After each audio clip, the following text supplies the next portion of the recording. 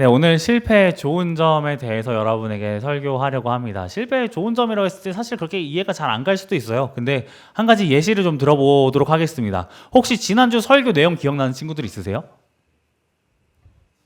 없죠? 전 질문을 드렸고 여러분은 답을 맞추는데 실패했고, 그럼 여기서 얻을 수 있는 유익은 뭐냐? 제가 다시 한 번 더 설명을 해서 여러분이 그거였지 하고 기억나게 하는 겁니다. 그리고 우리는 이러한 방식들을 생각보다 자주 접하게 되는데, 여러분 지금 시험 기간이잖아요. 아마 여러분 이 시험 기간 내내 경험하고 있을 거예요. 여러분이 학교 수업 마치고 학원에 갔을 때, 혹은 여러분 혼자 공부할 때 문제지를 펴서 이제 문제를 풀잖아요. 그러고 답을 채점할 때 어떠세요, 여러분? 이렇게 좀 가끔 가다가 틀리는 문제들 있잖아요. 여러분 공부 잘하잖아. 대부분 잘하니까 가끔 가다 틀리는 문제가 있는데, 그럼 그 틀리는 문제들을 어떻게 다루세요? 오답 노트를 만듭니다. 오답이 없으세요? 오답 노트를 만들죠. 보통 만듭니다. 만들고 이제 그걸 통해서 내가 다시는 이 문제를 틀리지 않아야지 라는 걸 해요. 근데 그럼에도 불구하고 가끔씩 한 번, 두 번 더 틀릴 때가 있어. 그러면은 또 다시 만들면 됩니다. 그렇게 함으로 내가 이 문제를 다시는 틀리지 않는다라는 것들을 이제 여러분이 그런 능력들을 갖게 됩니다. 이런 점에서 실패가 꼭 나쁘지만은 않다는 것들을 보게 돼요. 그리고 이건 학업뿐만 아니라 여러분의 다른 영역들에서도 꽤 많이 접할 수 있는 부분이기도 합니다.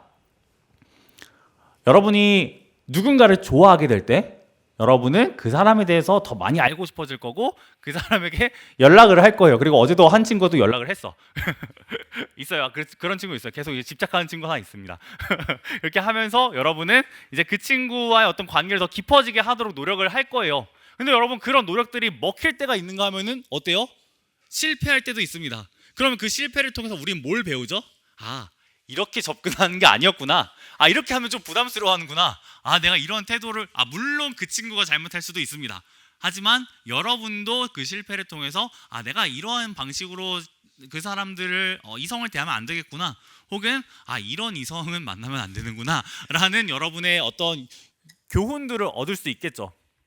그리고 그 실패는 여러분에게 그냥 내가 한 사람으로서 좀 더 나아지는 사람이 되었다 정도뿐만 아니라 앞으로 장차 여러분이 만나게 될 좋은 사람을 기대하게 합니다. 그리고 여러분 지금 실패하는 게 굉장히 도움이 될 거라고 제가 확신해서 말씀드릴 수 있어요. 왜냐하면은 저도 첫사랑에 실패했기 때문에 이 자리에 있는 거거든요. 만약에 제가 성공했으면은 저는 이 자리에 없었을 거고, 제가 지금 너무너무 사랑하는 저희 딸내미들을 보지 못했을 거예요. 그런 측면에서 저는 실패한 게 너무너무 감사합니다. 제가 찾던, 그리고 저를 찾은 모든 분들에게 감사를 드리고, 그런 실패가 있었기 때문에 저도 이 자리에 있을 수 있는 거죠. 그래서 여러분이 지금 경험하고 있는 실패들이 나쁘지 않다라는 것들을 이제 이야기를 할 건데, 사실 오늘 이야기는 사실 이게 거의 다예요. 근데 우리가 말씀을 읽었잖아요. 이 말씀을 통해서 그냥 단순히 그래 실패 다음에 뭐가 있겠지 하고 마는 정도가 아니라, 하나님께서 실패를 어떤 방식으로 사용하시는지를 여러분에게 설교를 드리려고 합니다. 야곱 이야기를 드렸죠. 지난주에는 야곱이 한 꿈을 꿨습니다. 그리고 그 꿈에서 하나님께서 또 똑같이 말씀하세요. 나는 베델의 하나님이다 라고 하시면서 야곱이 가야 될 방향들을 알려주십니다. 그래서 야곱이 외삼촌으로부터 이제 드디어 도망을 쳐요. 그리고 외삼촌으로부터 완전하게 도망을 칩니다. 외삼촌도 더 이상 나를 쫓지 않겠다는 약속을 하고 도망을 쳤어요. 근데 여러분, 야곱이 맨 처음에 도망쳤었을 때 누구로부터 도망쳤는지 기억나세요? 형 이름이 뭐였죠? 에서. 형 에서로부터 도망을 쳤습니다. 그때 왜 도망쳤죠, 여러분? 형의 장자권, 그쵸? 장자권도 훔치고 또 아버지로부터 받을 축복도 훔쳤습니다. 형은 자기가 받아야 될 모든 것들을 동생에게 다 뺏겼어요. 그리고 형은 뛰어난 사냥꾼이었습니다. 그래서 형이 동생을 죽이려고 해요. 그래서 동생은 두려운 나머지 외삼촌에게 도망갔지만 외삼촌도 자기를 이용하는 사람이었던 거죠. 그래서 외삼촌으로부터 또 도망칩니다. 근데 도망치고 나니까 이제 하나님께서 아버지 집으로 돌아가길 원하시는데, 문제는 그 아버지 집에 여전히 형이 있습니다. 그리고 형이 열받았다는 소문이 들려요. 아직도 형은 날 미워. 20여 년 정도가 지났거든요. 근데 형은 아직도 나에 대한 분노가 강한 거예요. 그리고 그 형이 무려 400명의 사병들을 끌고 나에게 오고 있다는 이야기를 듣습니다. 그때 야곱의 두려움이 거의 극도에 치닫습니다. 그래서 야곱이 선택한 건 뭐였냐면요, 진짜 제가 계속 말씀드리는 부분 중에 하나가 야곱의 어떤 비열함이거든요. 사람이 자기중심적이면요, 자기밖에 몰라요. 그래서 다른 사람들을 어떻게 하면 나를 위해서 이용할까밖에 생각하지 않습니다. 야곱이 딱 그런 사람이에요. 그리고 야곱은 자신이 이용할 수 있는 모든 걸 다 이용하는데 자기 가족들도 이용해버립니다. 아내가 4명이고요. 아들이 11명이었어요. 그때는. 그리고 딸이 하나 있었습니다. 그리고 많은 양과 이제 염소와 뭐 가축들이 있었어요. 야곱이 이제 많은 걸 갖고 있으니까 생각을 해보는 거예요. 내가 어떻게 해야지 이 문제를 돌파할 수 있을까? 문제는 뭐죠? 형이 열받았다는 거예요. 형이 열받은 이유는 내가 형이 가져야 될 많은 것들을 갖고 있다는 겁니다. 그러면 형의 그 분노를 달랠 수 있는 포인트는 뭐냐? 내가 갖고 있는 거를 줘버리는 거예요. 그래서 야곱이 때를 나눕니다. 이 때를 나눌 때도 자기가 덜 사랑하는 애들하고 더 사랑하는 애들을 나눕니다. 그래서 덜 사랑하는 애들부터 형한테 보내요. 그래서 이제 보는 거예요. 간을 보는 거예요. 얘네를 보냈을 때 형이 만족할까? 아니면 형이 더 열받아 할까? 열받아 하면 이제 도망치려고. 그래서 야곱이 뒤에서 이제 자기가 컨트롤을 합니다. 그리고 보냈고 이제 또 한 번 더 보내요. 그때는 이제 자신이 갖고 있는 모든 걸 다 보냅니다. 그러고서 자신은 여전히 후방에 남아 있어요. 자기를 지키기 위해서 자기 혼자. 그러니까 아내랑 자식들이랑 모든 건 다 죽음의 그 사지로 몰아넣고요. 자기는 혼자 뒤에 남아 있습니다. 이게 야곱이에요. 그리고 야곱은 이제 거기서 한 이름 모를, 정체 모를 사람을 만나게 됩니다. 그리고 그 사람하고 밤새 씨름을 해요. 이게 씨름을 한다는 게 모르겠어요. 오늘날에 그 모래장에서 하는 씨름하고 똑같은지는 잘 모르겠습니다. 근데 어쨌든 그 사람은 붙들고서 야곱이 밤새 그 사람은 붙들어요. 그러면서 이제 요구하는 거는 축복이었거든요. 근데 사실 이게 조금 이상한 부분이에요. 왜냐하면은 야곱이 나이가 들긴 했지만 여전히 힘이 강했거든요. 야곱의 형 에서도 힘이 강한 사람이었지만 야곱도 힘이 센 사람이라고 제가 말씀을 드렸습니다. 야곱은 노인이 되어서도 여전히 강건한 사람이었어요. 근데 그런 야곱하고 밤새 씨름을 할 수 있다는 것 자체가 이 사람이 얼마나 힘이 센지를 보여주는 거예요. 그러니까 씨름을 하면 할수록 야곱의 마음엔 이런 마음이 생겼습니다. 와, 지금 이 사람 아니면은 나를 도와줄 사람이 없겠다. 야곱이 지금 두려워하는 거는 형 에서의 힘과 분노, 그리고 형 에서가 데리고 있는 400명의 병사들이었거든요. 그러니까 진짜 무력인 거예요. 근데 고대에는 이 싸움할 때 그냥 사람들 뭐 1대1로 다이다이 이렇게 뜨고 막 이런 거 아니었습니다. 보통 이제 장수들 하고 서로 싸워서 이긴 놈의 그 군대가 이기는 방식이 강했어요. 그래서 여러분 잘 아시는 것 중에 하나가 다윗과 골리앗의 이야기예요. 그 다윗과 골리앗이 이제 일기토를 벌이잖아요.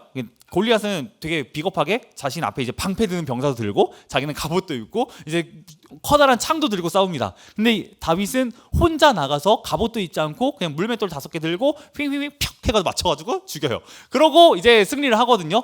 근데 이제 다윗의 승리를 통해서 이스라엘 전체가 그 전쟁에서 승리하게 됩니다. 그러니까 그 전쟁을 대표하는 장수가 누구이냐, 그리고 장수가 어떻게 승리를 했느냐에 따라서 이 싸움의 결과가 바뀌는 게 고대 전쟁이었어요. 그러니까 야곱에게는요, 지금 이 힘센 사람이 너무너무 필요한 거예요. 이 사람이 우리 형 에서를 잡아줄 존재처럼 보여줬던 거죠. 그래서 야곱이 이 형 에서와의 어떤 그 일기토를 앞두고 이 사람이 날 축복해 주기를 간절히 바라면서 붙잡습니다. 어떤 목사님이 쓴 글을 보니까요, 켄트 휴즈라는 목사님인데 그분이 이 이야기에 대해서 이렇게 말을 하더라고요. 야곱이 지금 계속 씨름하고 있잖아요. 근데 야곱이 사실 이전부터 계속 어떤 씨름들을 해왔다라고 얘기를 해요. 야곱이 형 에서하고도 씨름해서, 그러니까 이 씨름 자체를 야곱의 인생으로 좀 비유를 하는데요. 지금 이 씨름에 담긴 의미는 그거예요.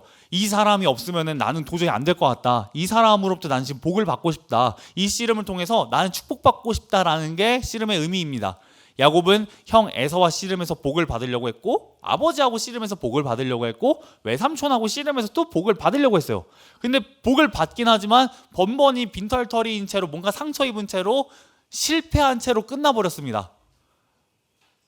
나에게 복을 줄 거라고 기대했던 대상들하고 씨름했는데 별로 나에게 복이 되지 않았던 거죠. 다 실패했어요. 그러고 이제 마지막으로 남은 거, 이 정체 모를 사람, 그 사람하고 씨름을 합니다. 그리고 놀랍게도 이 사람은 지금까지 내가 만나본 사람들 중에서 힘이 제일 센데, 근데 이 사람이 나랑 씨름하더니 그냥 나를 축복해줘요. 여러분 지금 저기 이란하고 이스라엘, 미국하고 전쟁하는 거 아시잖아요. 그 이스라엘 했었을 때 우리는 유대 민족들이 이제 이스라엘이다 뭐 이렇게 생각을 하는데 그 이스라엘이라는 이름이 여기서 지금 처음 등장합니다. 야곱의 이름이 바뀌어서 이스라엘이 돼요. 하나님께서 이 천사를 통해서 야곱의 이름을 바꿔주십니다. 이스라엘이 되어서 하나님과 겨루어서 사람과 겨루어서 너가 이겼다라는 뜻으로 이름을 져줘요. 이 씨름이 굉장히 이상하다라는 것을 우리는 여기서 볼 수 있습니다.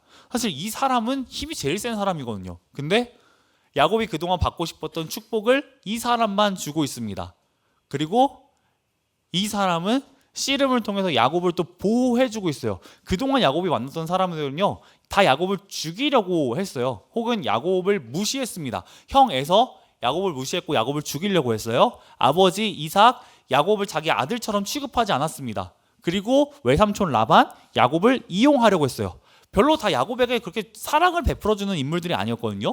근데 유일하게 이 정체 모를 사람만이 야곱을 축복해주고 야곱을 보호해줍니다. 또 보호는 어떤 방식에서 보호였냐면요. 여러분 이제 여름 방학하면은 부모님하고 휴가 가잖아요. 그렇죠? 휴가 갈 때 여러분 혹시 이렇게 뭐 해외로도 가고 하지만 어디 깊은 산 골짜기 뭐 이런 데로 가보신 적 있으세요? 한번 가보세요. 가보시면요 아무것도 없어요. 벌레만 있고 이제 새소리만 아침에 들리고 진짜 고요하거든요. 근데 그런 산 속에서 밤을 맞게 되면은 정말 아무것도 보이지 않습니다. 특히 밤하늘에 구름이 낀 날에는요 진짜 깜깜해요. 왜 지금은 여러분 지금 사실 요 개포동교회 요 앞에만 나가도 1단지랑 요 교회 사이에 있는 빠바 그 근처만 가도요 밤 되면은 그 가로등을 엄청 비춰요. 그래서 이 밤이라고 해도 사람들 얼굴이 다 보입니다. 그래서 저는 밤에 그 사실 잘 몰랐어. 내가 그걸 잘 모르고 밤에 그냥 무방비한 상태로 나갔다가 너무 성도님들을 많이 만나고 온 거예요. 그래서 제가 그다음부터는 밤에 잘 안 나가긴 하는데 어쨌든 되게 먼 거리에 있는 사람도 다 보여요. 그리고 내가 지금 어디에 있는지 지금 내 앞에 누가 있는지가 선명하게 보입니다. 오늘날 서울의 밤거리는 그래요. 치안을 뭐 지키기 위한 목적들도 있겠지만요. 이 가로등 때문에 누가 누군지 다 보입니다. 근데 과거엔 가로등이 없었습니다. 의지할 거는 달빛, 별빛밖에 없어요. 물론 별빛이 엄청 날 거예요. 지금은 여러분 밤하늘 보면 사실 아무것도 안 보이잖아요. 저거 별인가 하고 보면 다 인공위성이에요. 그래서 보통 여러분 지금 서울에서는 별이 잘 안 보여요. 근데 강원도 산골짜기 가잖아요. 그럼 별 진짜 많이 보여요. 진짜 제가 강원도 화천에서 군생활을 2년 동안 했거든요. 거기는 미쳤어요. 거기는 별똥별이 3초에 한 번씩 떨어져. 진짜 멋있어요. 소원을 빌 기회가 많습니다. 거기는 진짜 멋있고 되게 아름다워요. 군대라는 것만 빼면 정말 아름다웠을 거예요.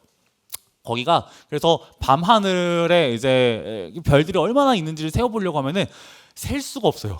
진짜 많아. 그러다 보니까 제가 그걸 보면서 와 과거에는 이 밤하늘에 별이 진짜 많아가지고 이렇게 밤에도 꽤 밝았겠다라는 생각을 했거든요. 하지만 반대로 구름이 끼면 아무것도 볼 수 없었겠다라는 생각이 들었습니다. 지금 야곱이 밤새 씨름을 하고 있어요. 곧 동이 틀 거예요. 동 트기 전이 제일 어둡죠. 지금 야곱은 자신이 누구랑 씨름하는지 정체를 알 수가 없습니다. 왜 아무리 그 밤에 우리의 눈이 익숙해져도 그 사람의 얼굴 하나하나가 선명하게 보이진 않잖아요. 야곱은 지금 자신이 겨루고 있는 사람의 얼굴조차 모르고 겨루고 있어요. 그냥 계속 붙들고 있는 거예요. 근데 그게 왜 보호냐면요. 사실 이 야곱과 겨루고 있는 사람이 그냥 사람이 아니었기 때문에 그렇습니다. 하나님의 천사라고 이야기를 해요. 그리고 이 씨름이 끝나고 야곱이 이 지역의 이름을 브니엘이라 부르는데 저희 교회도 이제 브니엘 집사님 계시거든요. 브니엘이라는 뜻이 뭐냐면은 내가 하나님의 얼굴을 봤다라는 거예요. 하나님의 얼굴을 보면 어떻게 되냐면은 원래 죽습니다. 왜 죽는지까지 제가 설명을 많이 드릴 수는 없어요. 하나님의 얼굴을 보면 사람은 죽습니다. 그분은 거룩하시고 우리는 죄인이기 때문에 그래요.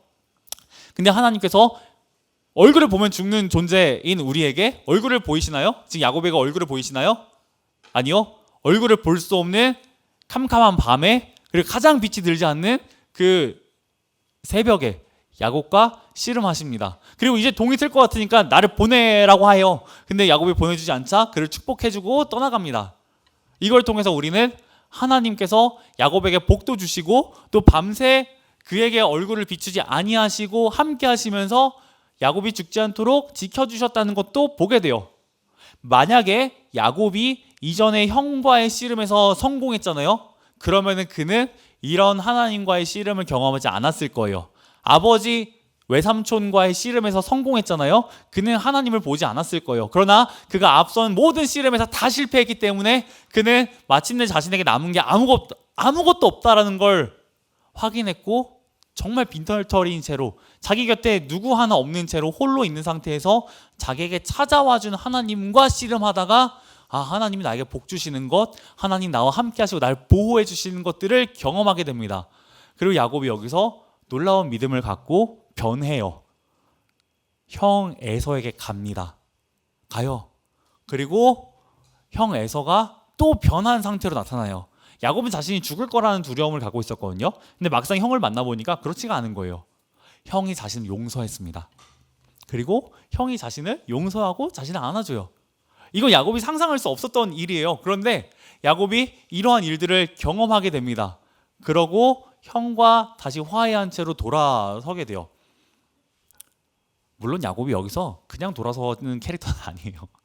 야곱의 이야기를 쭉 읽을 때 여러분이 주의해야 될 건 뭐냐면요, 야곱이 이렇게 변했구나, 야곱이 진짜 이제 변해서 잘 살겠다라는 기대를 버려야 돼요. 야곱은 그런 사람이 절대 아닙니다. 야곱은요, 이렇게 변했어? 그럼 이제 야곱이 잘 살겠네 라는 모든 기대를 무참하게 박살내고 또다시 죄로 돌아서는 사람이 야곱이에요. 이 본문 뒤로 야곱이 어떤 일을 하냐면요, 형하고 화해를 했잖아. 그러고 이제 형이 같이 가자고 얘기를 해요. 그러면 같이 가는 게 이제 맞는 일이잖아요. 근데 야곱이 그때 형 먼저 가요, 내가 뒤따라 갈게 하고 형을 보냅니다. 그러고 또 뒤통수를 쳐요. 형을 저 A라는 지역을 보냈잖아요. 그럼 야곱 자신은 제일 먼 B라는 지역으로 가버립니다. 이런 식으로 야곱은 계속해서 어떤 불신 또 두려움 이런 것들 안에서 살아가는 사람이에요. 정말 사랑스럽지 않거든요. 근데 야곱의 그런 삶을 보시고도 하나님은 계속해서 함께 하십니다. 계속 실패하겠지만 야곱은 그 실패를 통해서 하나님을 계속해서 만나게 되는, 이후로도 우리가 요셉을 통해서 야곱에게 하나님 계속 은혜를 베푸시는구나를 보게 돼요. 제가 이 얘기를 여러분께 굳이 드린 이유는 뭐냐면요, 여러분도 그런 순간들이 있을 거예요. 내가 수련회든 주일 예배든 그래, 하나님 말씀이 이렇구나, 내가 이렇게 살아야겠다라는 결심들을 해봤을 거예요. 그리고 그렇게 살아갑니다. 근데 실패해요. 내가 이번엔 좀 달라질 것 같아 라고 더 기대해요, 더 기도해요, 근데 또 실패해요.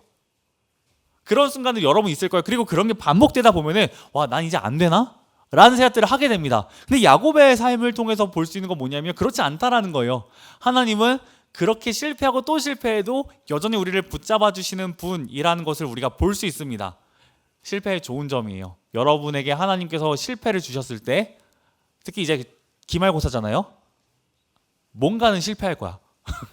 저주가 아니라 여러분이 저주로 들렸다면 죄송한데, 여러분이 기대했던 그 어떤 것에 미치지 못하는 뭔가가 하나쯤은 있을 거예요. 그게 성적일 수도 있고 아니면 어떤 풀이 과정일 수도 있고요. 뭐든 하나는 있을 거야. 근데 그런 실패를 통해서 여러분이 이제 깨달아야 되고 돌아와야 되는 건 뭐냐면요, 나에게 진짜 성공을 주실 수 있는 건 하나님밖에 없구나 라는 거예요.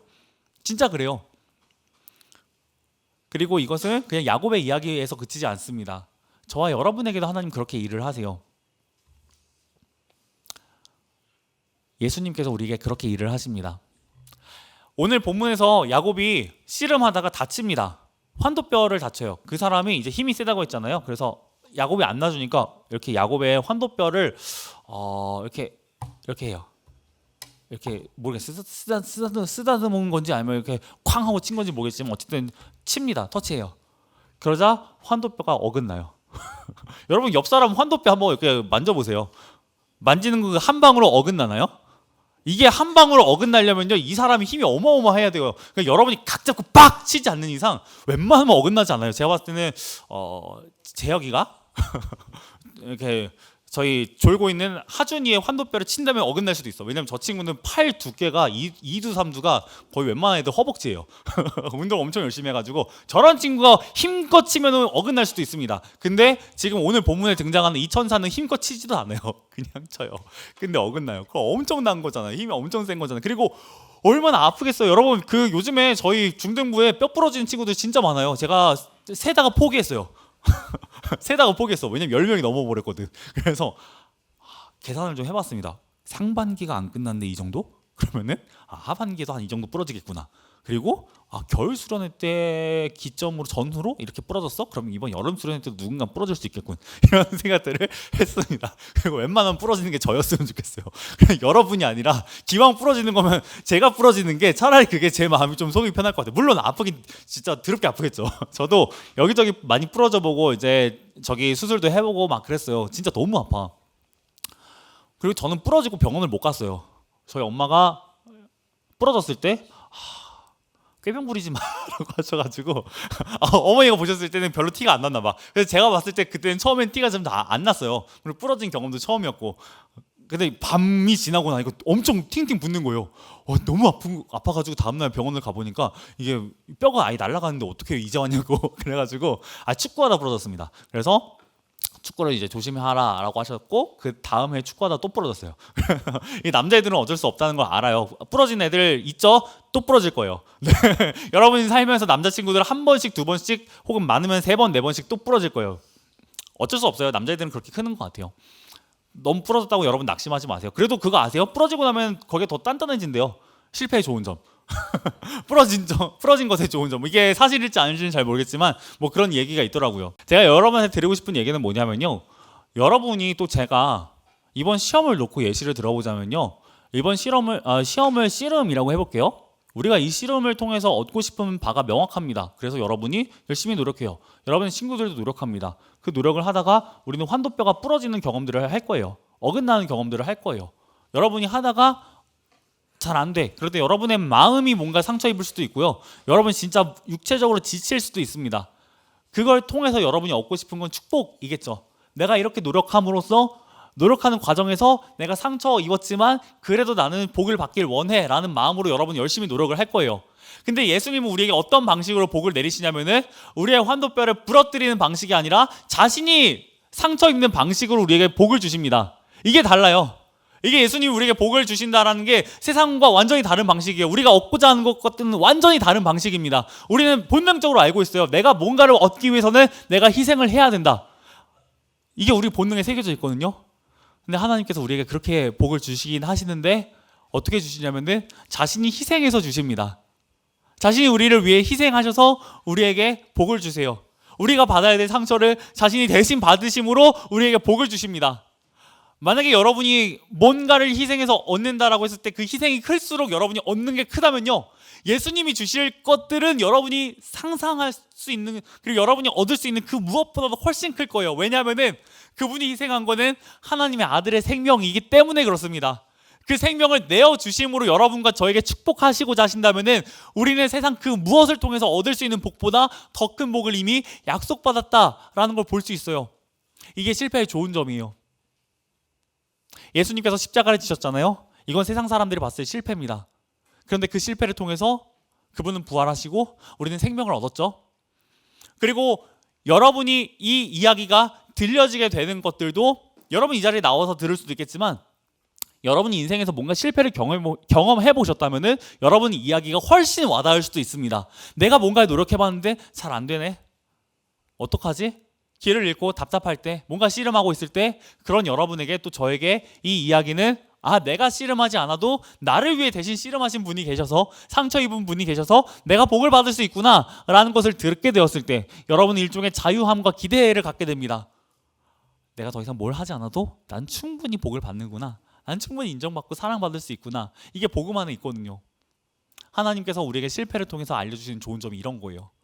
내가 열심히 노력해봤지만 잘 안 되는 걸 봤을 때 하나님을 바라보잖아요. 그러면 그분이 나를 위해서 더 큰 실패를 경험하심으로 나에게 더 큰 복을 주셨다라는 것들을 우리가 보게 돼요. 이게 좋은 점이에요. 그리고 실패의 유익은 사실 기독교에서만 얘기하는 건 아니에요. 제가 해리포터 좋아한다고 했잖아요. 해리포터에 미친놈이었어요. 초등학교 때부터 해리포터 소설 읽는 거 너무너무 좋아했어요. 그래서 공부해야 되는데 시험 기간이에요. 시험 기간인데 그 전날 밤에 해리포터 소설 읽고 막 그랬었어요. 제정신이 아니었어요. 저는 진짜 너무너무 좋아했습니다. 근데 이제 해리포터 이제 저자인 조앤 K 롤링이라는 분이 계세요. 그분이 하버드 졸업식 언제였지? 2000 몇 년이었어? 2008년인가? 잘 기억 안 나는데 아무튼 2000 몇 년에 이제 연설을 했어요. 축사처럼 했어요. 그때 이제 그분이 연설했던 그 내용이 실패의 유익이었습니다. 그때 당시 그분이 연설했을 때 나이가 42이었어요. 그리고 42이었고 그분은 정확히 인생의 절반 21살 이후부터 한 21년 정도의 이 시간 가운데서 자신이 겪었던 어떤 실패에 대해서 이야기를 했습니다. 그 실패가 꽤 크더라고요. 자신은 거의 최하위권에 있는 극빈층이었고 그리고 이혼, 그러니까 결혼에 실패했고 혼자 자녀들을 부양해야 하는 되게 힘든 삶을 살았다라는 이야기들을 했습니다. 그리고 그 이야기를 들었을 때 정말 쉽지 않겠다라는 생각들이 들어요.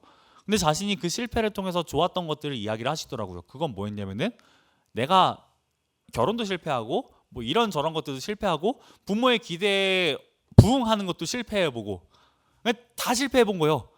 다 실패해보면서 결국 내가 해야 될 것, 할 수 있는 것, 내가 집중할 것이 무엇인지 다 가지치기 하면서 그거 하나가 남았었다라는 이야기를 하더라고요. 그게 결국 해리포터로 연결됐어요. 대성공. 어마어마한 성공을 이뤘잖아요. 그러니까 실패했었을 때 좋은 점은 내가 정말 집중해야 될 게 뭔지를 보게 되었다라는 거였어요. 그분은 그렇게 해리포터로 성공을 하셨죠. 근데 대부분의 사람들이 그렇게 해리포터 같은 대박을 칠 수 있는 건 아니잖아요. 그랬을 때 우리는 다시 한 번 더 실패하는 경험들을 상상으로나마 또 해보게 됩니다. 난 어떡하지? 난 안 되면 어떡하지? 그런 여러분을 위해서 예수님이 오셨습니다. 인생의 모든 실패를 경험하는 우리들을 위해서, 그리고 실패할 것에 대한 두려움을 갖는 우리를 위해서, 공부뿐만이 아니에요. 여러분 진로에 대해서도, 또 여러분 친구 관계에 대해서도, 가족과의 관계에 대해서도 실패할까 봐 두려워하고 혹은 이미 실패한 그런 우리를 위해서 예수님이 오셨습니다. 그리고 그분이 우리를 위해서 대신 우리의 죄로 인한 그 가장 참혹한 실패를 십자가 위에서 경험하셨죠. 그걸 통해서 우리에게 우리를 얼마나 사랑하는지 알려주셨습니다. 우리가 얼마나 큰 죄인인지 알려주셨고 우리를 얼마나 사랑하는지 알려주셨어요. 그 주님께로 오시길 바랍니다. 그리스도께로 오셔서 여러분이 그 주님께서 여러분을 얼마나 사랑하시는지 알고요. 그리고 내가 그동안 해왔던 실패로 인해서 내가 예수님께 더 의지할 수 있다는 것이 얼마나 큰 복인지 아셔서 이번 시험 기간에 여러분이 열심히 공부하세요. 열심히 공부해야 됩니다. 그리고 열심히 공부하지만 실패하는 건 어쩔 수 없어. 그건 뭐 어떻게 해. 내가 열심히 공부했는데 안 되는 건 어떻게 해요. 뭐 그건 어쩔 수 없어요. 하지만 실패했다고 해서 여러분이 두려워하지 않아도 된다는 사실을 알길 바랍니다. 여러분의 인생은 이미 하나님의 손 안에 있기 때문에 그래요. 제가 기대하는 거는, 왜 중간고사 때도 그랬지만 애들이 시험 기간이 가까우면 가까워질수록 더 많이 와요. 저는 처음에는 반대로 생각했습니다. 시험 기간이 되면은 가까워질수록 아이들이 학원에 더 많이 가겠다. 아니더라고. 학원에 가야 될 것 같은 친구들이 더 교회에 많이 오는 거예요. 그래서 오늘도 보면요, 지난주보다 제가 봤을 때 조금 눈대중으로 보면 좀 더 많이 왔어요. 아마 다음 주는 더 많이 올 거예요. 시험이 가까워질수록 교회에 더 많이 오는 그 이유가 정확하게 뭔지 모르겠지만 저는 이렇게 예측해요. 이제 안 된다고 생각하는구나. 이 학원을 주일에 한 번 더 가서 내가 바꿀 수 있는 성적이 아니라고 생각을 해서 오는 건가? 라는 생각을 했습니다. 근데 그것만은 설명이 잘 안 돼요. 여러분 안에도 갈망이 있겠죠? 그리고 이건 제가 믿음으로 고백하고 또 기대하는 건데, 하나님께서 여러분을 부르시고 여러분을 원하십니다. 가장 인생에서 중요해 보이는 그 순간 가운데, 그 기점 가운데 하나님이 여러분을 부르세요. 그리고 여러분을 얼마나 사랑하는지를 들려주십니다. 다음 주에도 그 사랑의 음성에 여러분이 반응하셨으면 좋겠습니다. 매주 그렇게 여러분을 향한 하나님의 그 사랑의 메시지에 반응하셔서 그동안 나의 모든 실패들이 이렇게 좋은 것이었구나 라는 사실들을 알아가는, 그래서 실패를 두려워하지 않는 저와 여러분 되었으면 좋겠습니다. 우리 같이 기도하도록 하겠습니다. 우리 같이 기도하실 때 PPT에 있는 기도 제목들을 보시면서 같이 기도하면 좋겠습니다. 하나님, 내가 실패를 경험하더라도 하나님만이 나의 진짜 도움이라는 것을 알게 해주세요. 그랬을 때 더 이상 내가 했던 실패들은 두려워지지 않게 되거든요. 오히려 그걸 통해서 난 더 좋은 걸 발견하게 되거든요. 바울의 로마서를 보면은 하나님께서 모든 것을 합력하여 선을 이루신다라는 말씀이 있습니다. 모든 게 합력해서 선을 이룬다는 거는 내가 해왔던 좋은 거, 노력, 그러나 내가 경험했던 실패, 이 모든 것, 그리고 내가 했던 죄까지도 다 사용해서 하나님은 결국 선한 걸 이루신다라는 거예요. 내가 하는 그 어떤 것들보다도 하나님이 주실 것들이 훨씬 크고, 그리고 하나님은 반드시 나에게 좋은 것을 주시는 분이라는 고백입니다. 성경 전체가 이것을 말해요. 여러분의 실패를 통해서 하나님 좋은 걸 이루실 겁니다. 내가 그걸 볼 수 있게 해주세요 라고 기도하면 좋겠고, 두 번째로는 그 하나님 도움 때문에 나는 아무리 실패해도 괜찮아, 나는 망하지 않아 라는 확신을 갖게 해달라고 기도하면 좋겠습니다. 하나님이 손안에 있는 여러분을 누구도 빼앗을 수 없습니다. 누구도 하나님의 손에서 여러분을 빼앗을 수 없고, 여러분을 무너뜨릴 수 없고, 여러분을 상하게 할 수도 없고, 여러분을 죽일 수도 없고, 여러분을 위협할 수도 없습니다. 그분이 자신의 생명으로 저와 여러분을 사셨기 때문에 저와 여러분을 위협할 수 있는 건 아무도 없습니다. 내가 믿음 안에서 그 하나님의 은혜를 경험하게 해주세요. 우리 이러한 기도 제목 갖고 같이 기도하며 나아가면 좋겠습니다. 함께 기도하시겠습니다.